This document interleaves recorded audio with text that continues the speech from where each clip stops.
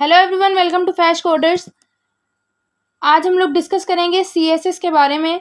CSS जो है वो बेसिकली हमारे पास कास्केडिंग स्टाइल शीट होती है। ठीक है, अब कास्केडिंग स्टाइल शीट जो है वो हमें कुछ इस तरह से असिस्ट कर रही होती है कि जो भी हम लोगों के HTML एलिमेंट्स हैं उनको डिस्प्ले कराती है उस तरह से जिस तरह से आप चाहते हो कि डिस्प्ले करवाएं। अगर मैं आपको इसकी बेस्ट एग्जांपल देना चाहूँ तो वो जो एग्जांपल है हमारे पास वो इस पेज की एग्जांपल है। जैसे आप देख सकते हो कि ये जो हमारे पास पेज है, ठीक है, ये वो पेज है जिसके अंदर हमने सिर्फ HTML एलिमेंट्स ऐड किए हैं। अब इसके साथ साथ एक वो पेज था जिसका हम लोगों ने क्लोन बनाया था जो आपके सामने इस टाइम पे डिस्प्ले हो रहा है। इसको देख के हम लोगों ने अपना HTML का पेज बनाया था। ठीक है, अब ये वो पेज है जिसके अंदर जो है वो हम लोगों ने स्टाइल ऐड किया हुआ है। आप देख सकते हो कि ये पेज कितना डिफरेंट है और ये वाला पेज जो हम लोगों ने सिर्फ HTML से बनाया था ये कितना डिफरेंट है। तो आप लोगों को समझ आ गई होगी कि हमारी स्टाइलिंग जो है वेब पेज के अंदर कितनी इंपॉर्टेंट होती है। और वो इसी बारे में बात कर रहा था कि आपके HTML के एलिमेंट्स किस तरह से डिस्प्ले होते हैं, ये चीज़ डिसाइड करता है हमारा CSS। जिस तरह आप देख सकते हो कि यहाँ पे अगर मैंने आई एम तुबा अमजद लिखा है तो मेरे दूसरे वेब पेज के ऊपर जिसके अंदर मैंने CSS की स्टाइलिंग ऐड की है वो कुछ इस पोजीशन पर है और कुछ थोड़ा डिफरेंट तरह से शो हो रहा है। ठीक है, तो वो आपके ये जो CSS है ये आपके पेज को ब्यूटीफुल बनाने के लिए, बेहतरीन बनाने के लिए यूज़ होता है। मज़ीद हमारे पास इसकी एक प्रॉपर्टी आती है, वो कहता है control the layout of multiple web pages at all once. इस बात का मतलब ये है कि आप सपोज करो कि आपके पास काफ़ी सारे वेब पेजेस हैं। ठीक है, लाइक ये आपके पास जो है ये एक वेब पेज है। ठीक है, अब ये जो वेब पेज है इसके अंदर हमने स्टाइलिंग कुछ इस तरह से की है कि यहाँ पर हम लोगों ने अपनी मेन हेडिंग ऐड की है। इसके बाद हम लोगों ने यहाँ पर अपना एक पैराग्राफ ऐड किया है। ठीक है, और इसके साथ जो है यहाँ पर एक इमेज ऐड की है। सही है, अब ये जो मेरे पेज की स्टाइलिंग है, अब मेरे पास एक और वेब पेज आया है उसके अंदर भी हम लोगों ने हेडिंग सेंटर में रखी है। उसके बाद जो है हम लोगों ने पैराग्राफ स्टाइल किया, उसके बाद इमेज रखी है। ठीक है, तो अब देखो इन दोनों पेज की जो स्टाइलिंग है वो सेम है। तो इसके लिए हम लोगों को इस पेज के लिए अलग से CSS और इस पेज के लिए अलग से CSS लिखने की ज़रूरत नहीं है।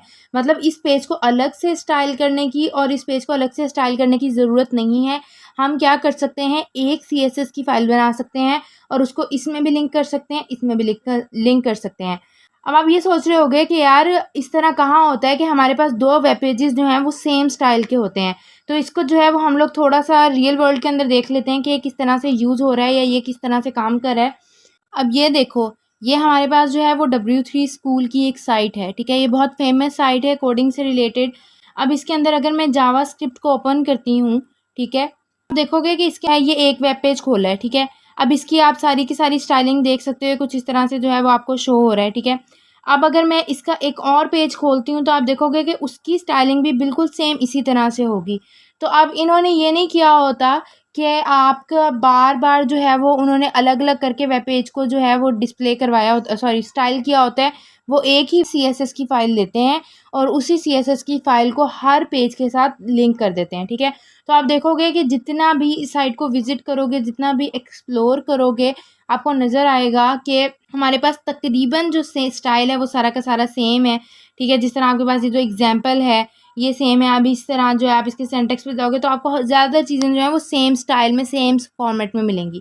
ठीक है, तो उसके लिए हम लोग क्या करते हैं, CSS की एक फ़ाइल बनाते हैं और उसको जो है वो डिफरेंट HTML की फ़ाइल्स के साथ लिंक कर देते हैं।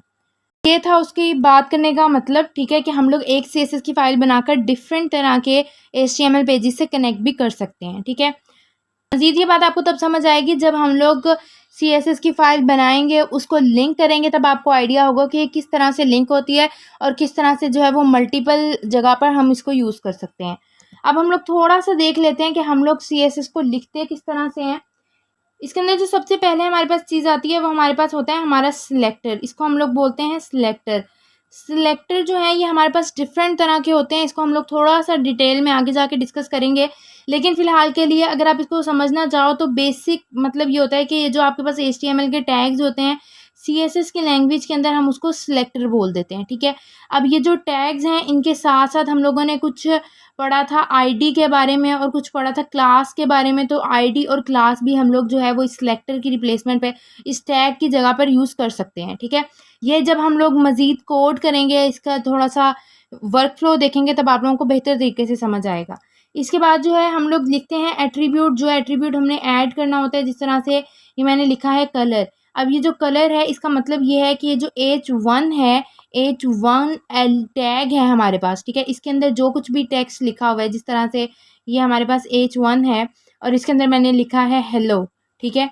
तो इस हेलो का जो कलर है वो हमारे पास क्या हो जाएगा, ब्लू हो जाएगा, ठीक है।